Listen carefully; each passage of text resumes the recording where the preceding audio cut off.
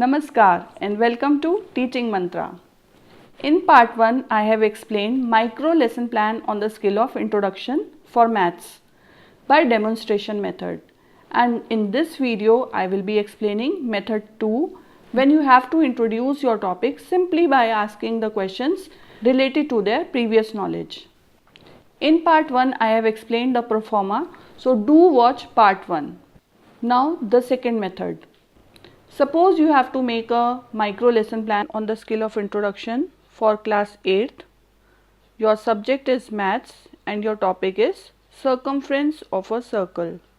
Now in introduction, the first question you can ask is, what objects do you observe around you in the classroom? The expected answer from the students would be, in our classroom we see table, chair, charts, notice board, smart board, blackboard, etc. Second question. What shapes of table have you seen? The expected answer would be, we have seen rectangular, square and circular tables. Third question. Name some circular objects.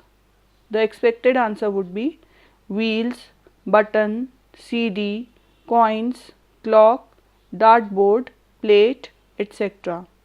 Next question. What is the circumference of a circle? Now this question would be problematic for the students because they haven't studied it earlier.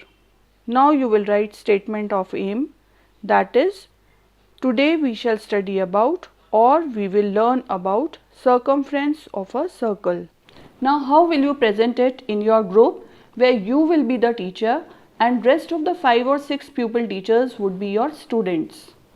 Now one thing I would like to mention is that as soon as you stand in the class to present your micro lesson plan, you should first write the main entries on the blackboard like this. You will leave the space in front of the word topic because you will write the topic after the statement of aim, that means after you have introduced your topic. If you will write your topic, then your students will already know the topic, that what their teacher is going to teach and what they are going to learn today. And as a result, there will be no use of introduction skill. So you will write it later on. Now you will ask the question and your students will answer the questions. What objects do you observe around you in the classroom? Ma'am, in our classroom we can see table, chair, charts, notice board, smart board, blackboard, etc. What shapes of table have you seen? We have seen rectangular, square and circular tables.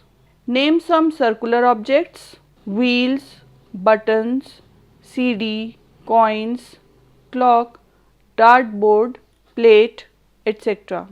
What is the circumference of a circle? Now this question would be problematic for the students because they haven't studied it earlier and they would not be able to answer the question. When the students are unanswerable, now you will first answer the question, that is, the circumference of a circle is the perimeter of the circle. It is the total length of the boundary of the circle. So today we shall study about circumference of a circle. After stating the topic, you will turn towards the blackboard and write the topic on the blackboard and underline it. Now after you have presented your lesson, your supervisor will give you rating on the basis of each component, somewhat like this. This is an example, and also he will give the remarks. Now according to this rating or remarks, you can evaluate your teaching and replan your micro lesson plan by making improvements in it. So in this way you have to make your micro lesson plan on the skill of introduction for the subject maths by demonstration method and by questions based on their previous knowledge. Now you can make several micro lesson plans on different topics, practice it and it will definitely improve your introductory skills.